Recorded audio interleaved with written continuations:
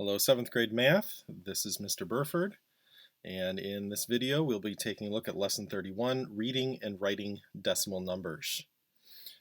So first of all, before we can get into decimal numbers, we need to understand place values. Sorry, that's singular there. Place values. Now I'll get that out of that shadow there. There we go, get it out of the glare as well. So place values. So place values are a way that we represent the value of a number by where we put it in the number, each digit in the number. And so we have them grouped, first of all, with whole numbers.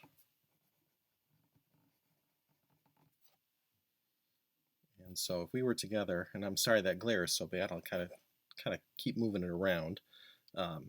If we take a look here, our very first place value, so if that's my decimal right there, our very first digit, our very first place value, we should all know is the ones place.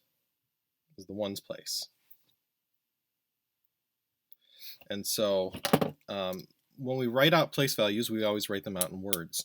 Though today we're going to kind of do double duty here, because we're also going to write it out symbolically with numbers. So while this is what we would write on the homework, we can be thinking about it as the ones place, as in ones, like that. So the next digit after that, the next place value bigger than that, well, our number system is based on 10.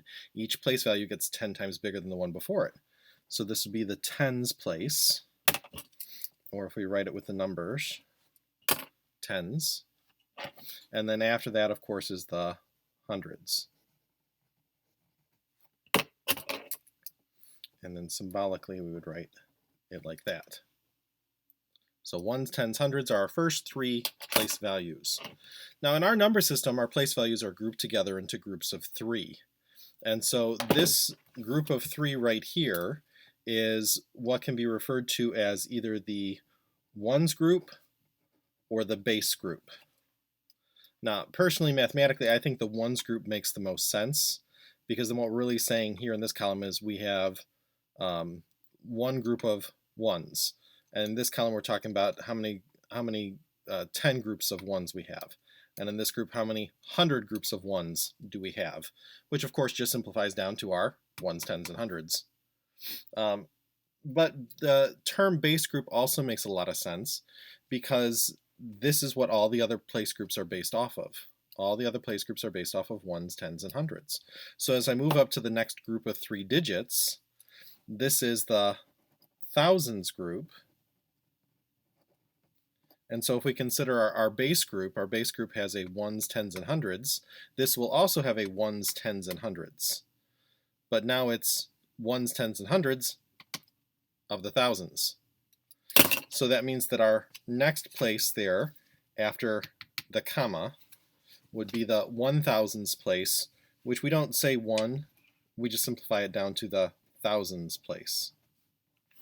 So even though, yes, it is technically the 1000s, we just say thousands.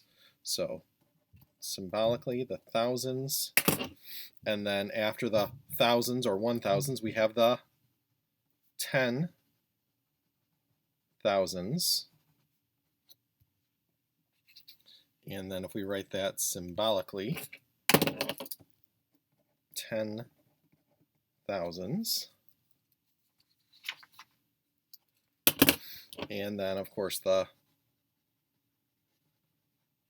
100,000s.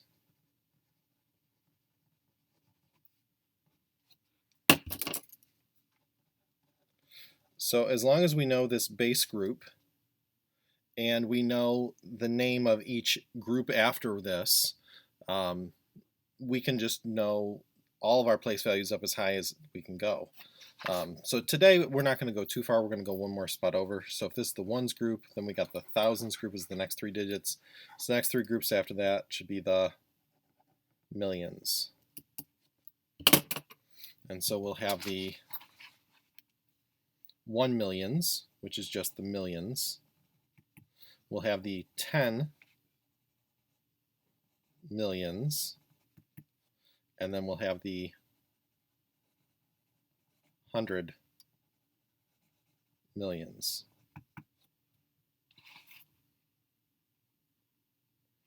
And then numerically, the millions or 1 millions, then we have the 10 millions, and then the 100 millions.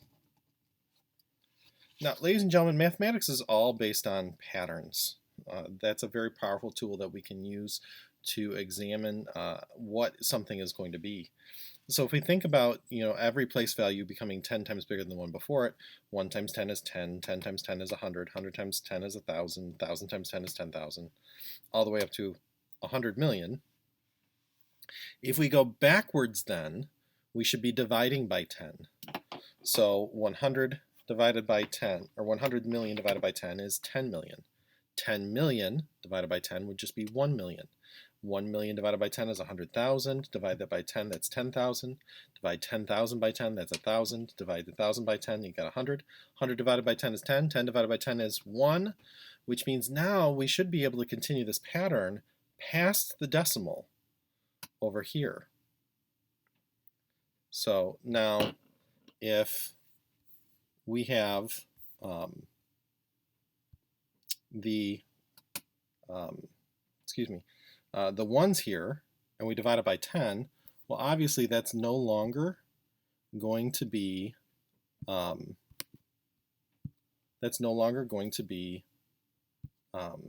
whole number. So we're crossing over into something that's not a whole number anymore. And so 1 divided by 10 would actually be 1 over 10.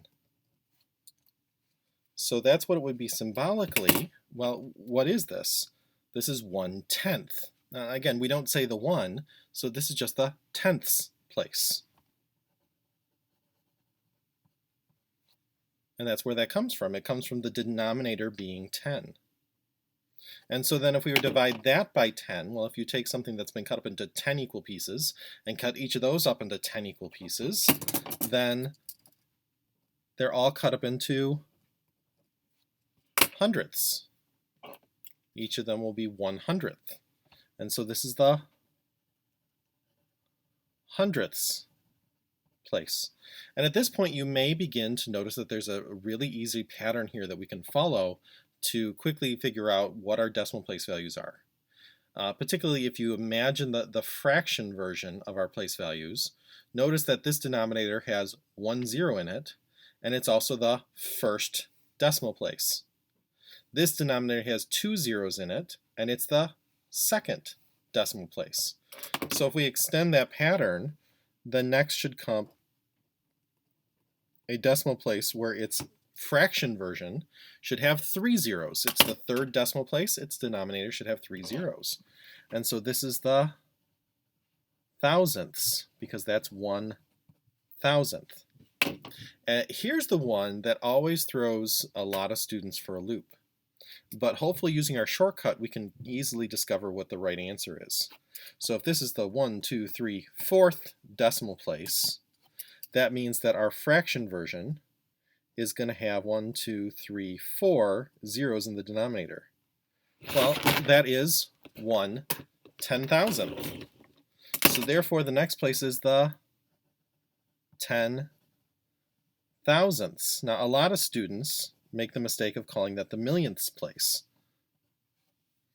And as we can see here, it's not yet. So after the thousandths needs to come the 10,000ths.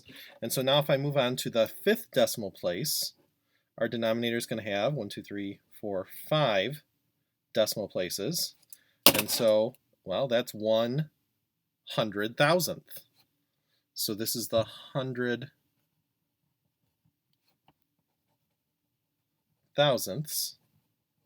Another little common mistake, spelling mistake, is a lot of students will leave off the D when we're talking about thousandths. So make sure that D is still there. You're still spelling thousand, you're just adding a THS at the end. All right, and so then our last one here on the sheet This is the 6th decimal place now, which means that our fraction version is going to have 6 zeros in it.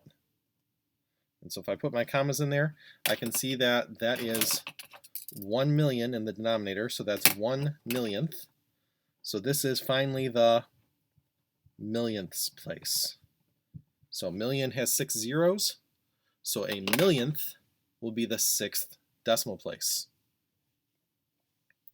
So these here are, well, if these are the whole numbers, then these are our decimal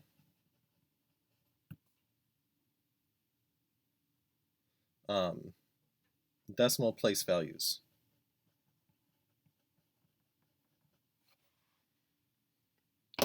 And actually these go by another name. It's not a name used terribly often, but it's there. These can also be called decimal fractions. Because as we can see, decimals really are just special fractions. They're special fractions where each one of our denominators is a place value from our whole numbers. So it's one of the whole numbers turned into a denominator. And that allows us to then just put a decimal in and put our digits, and we don't have to actually write the denominator. We know the denominator based on where it is in the place values. So we're going to define decimal fraction down here. Grab your yellow, please. This is a vocab term. A decimal fraction is a part of a whole. That's just what a fraction is. It's a part of a whole where the denominator is a power of 10. Okay. Where decimal place is a power of 10, but it is indicated by a decimal place value. So again, we're not going to actually write that denominator, but depending on where we put the digit, what place we put it in, that's how we know what the denominator would be. And again, down here, just what we talked about up top, we have it written out. So if there's one decimal place, so we've got 0 point something, then 1 decimal place means 1 0 in the denominator. So if this was 0.7, that would be 7 tenths. 0.3, 3 tenths. 0.9, 9 tenths. It's that simple. Now if there are two decimal places, so two decimal places, then we're going to have 2 zeros. So 0.25, 25 over 100. 0.39, 39 over 100. 0.72, 72 over 100. 0.32, I say 0.32? 0.32, 32 over 100. 0.04, so 0.4, we're not going to actually think 0.4 up here, we would simplify another just on the 4 hundredths. Okay. If we have 3 decimal places, then our denominator will have 3 zeros. 4 decimal places, 4 zeros in the denominator. So we're going to go onto the back now, and we're going to take a look at doing some work then with our decimal fractions. So first thing we're going to look at is converting decimal fractions to just fractions. Okay, so grab your orange there, highlight that. So step 1 is we're going to ignore the 0 placeholder and decimal point. So we're going to ignore the 0 placeholder and the decimal point. And then the number you see is the numerator. So if I ignore that 0 and that decimal point, the numerator there, well, it's just 3. So put your 3 up there. Step 2, for the denominator, we are going to write a power of 10 that has the same number of zeros as the number of decimal places indicated. And that's just what we talked about before. So 1 decimal place means 1 0 in the denominator. And of course, step 3, reduce if possible. We can't reduce this, so that's actually done. So by the way, highlight that with orange as well. Okay, so those go together. So that's it. So if we apply that down here now, so same thing, step 1, ignore the 0 in the decimal. That's your numerator. So 16 is my numerator. And then step 2, if this has 2 decimal places, then our denominator will have 2 zeros. Now with this one we can reduce because I know that 4 goes into each of these. So I can divide this by 4 over 4.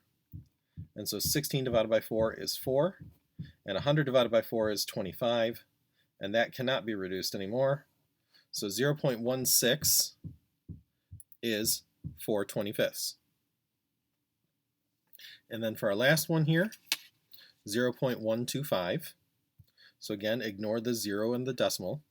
We see 125, so that's our numerator. This has 3 decimal places, which means our denominator will have 3 zeros. And we can reduce this. Particularly, I look at this, and what goes through my mind is quarters. This looks like $1.25 if we just put a decimal and a dollar sign in. And if we put a decimal in and a dollar sign, this looks like 10 bucks. So I'm going to divide this by 25 over 25. And so if I divide that by 25 over 25, well, how many quarters in $1.25? 5 quarters. How many quarters in 10 bucks? Well, there's 4 quarters in $1, so there'd be 10 times as many in $10. Looking at this, I realized that I can reduce this more. So I'm just going to bring it down here. Oop. 5 on top. Made a little mistake there. Sorry about that. 5 on top, 40 on bottom. And obviously 5 goes into both of these. 5 goes into itself once. 5 goes into 48 times. So 0.125 is actually 1/8. Now I'm going to come back up here to my other box. So let's say we want to write decimal fractions with words. So we want to write it out in words properly. Grab your green, please. We're going to highlight those 2 things in green because they're going to go together.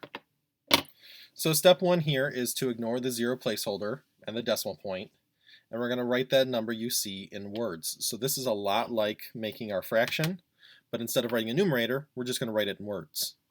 So when I look down here, 0.3, ignore the 0 and the point, we just see 3. So I'm going to write that in words, 3. Let's go ahead and do this for each of these then. So 0.16, I'm going to ignore the 0 and the decimal. So what do we see is 16.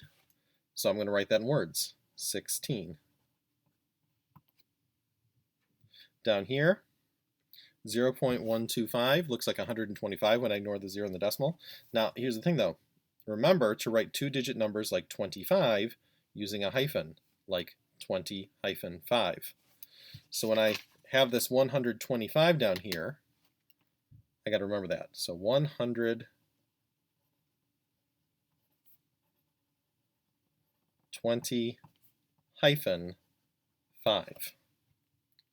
Okay, so that's all step 1. And then step 2, we write the name of the last decimal place value. So instead of it becoming the denominator, we just write it out in words. So if this is only 1 decimal place, it means there's 1 0 in the denominator, which means this is tenths. There are 3 tenths. If there are 2 decimal places, that means it's a 0 denominator, or 2 zeros in the denominator, which means this is 16 hundredths. Don't forget your D. So hundredths, because 2 zeros would make that 100. And then finally, with 3 decimal places, 3 zeros in the denominator, those are thousandths. So 125 thousandths. Again, spelling, don't forget your D there. So just adding a THS to the end of 1,000. And that's all there is. All right, so this brings us to our last vocab term. So grab your yellow again. This is a vocab term. So decimal number. So a decimal number is then just a number with a decimal fraction.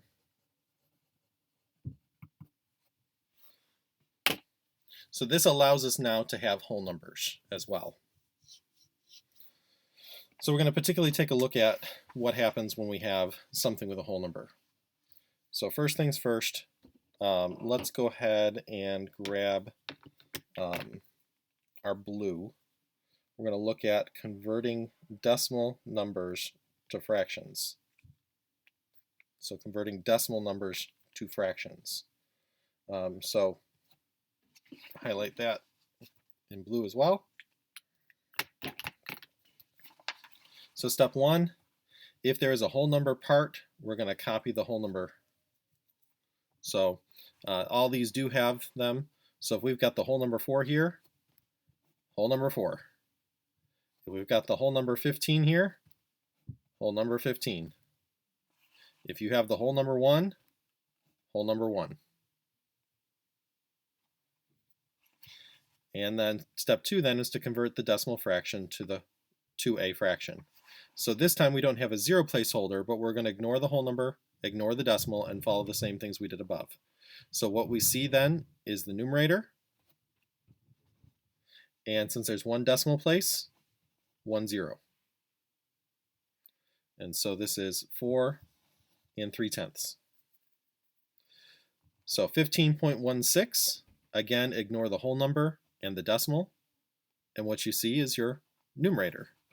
So 16, and since there are 2 decimal places, 2 zeros in the denominator.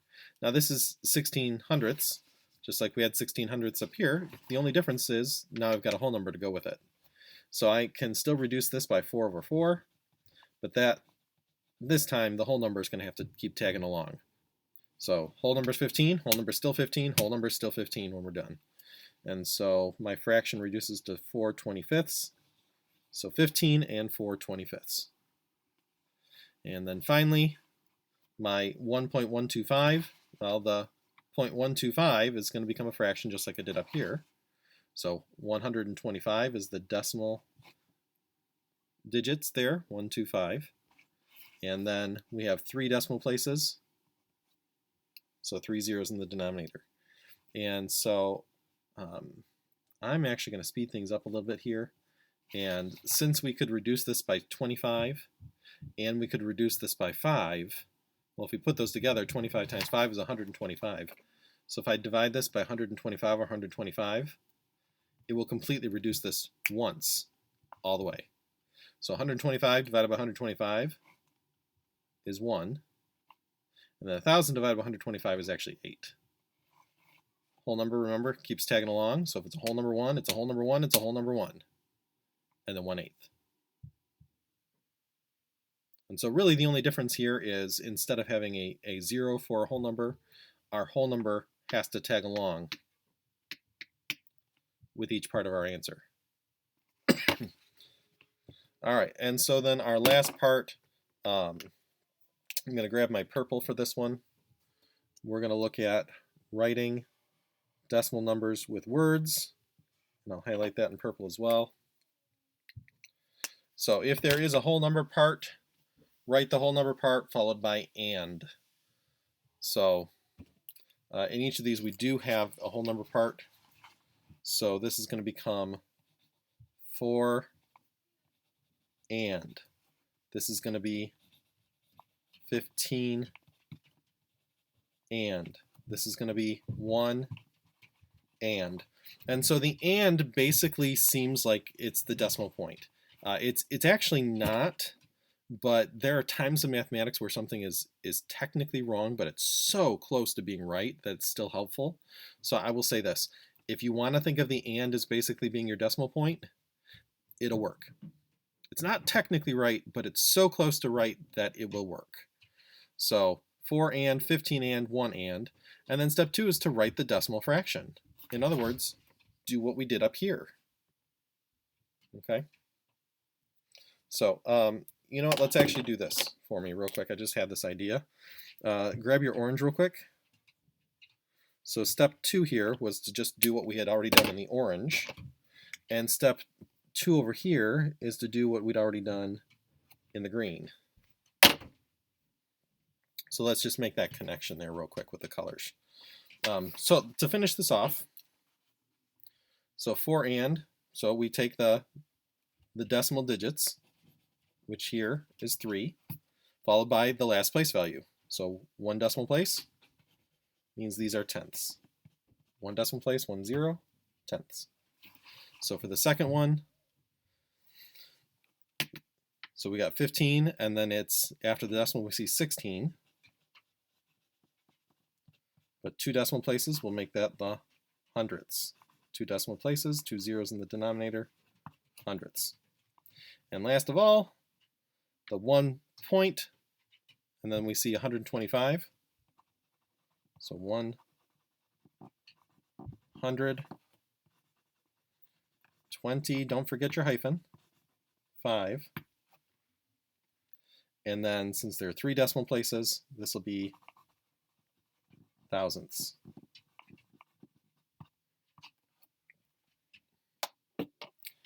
And that is the end of our lesson.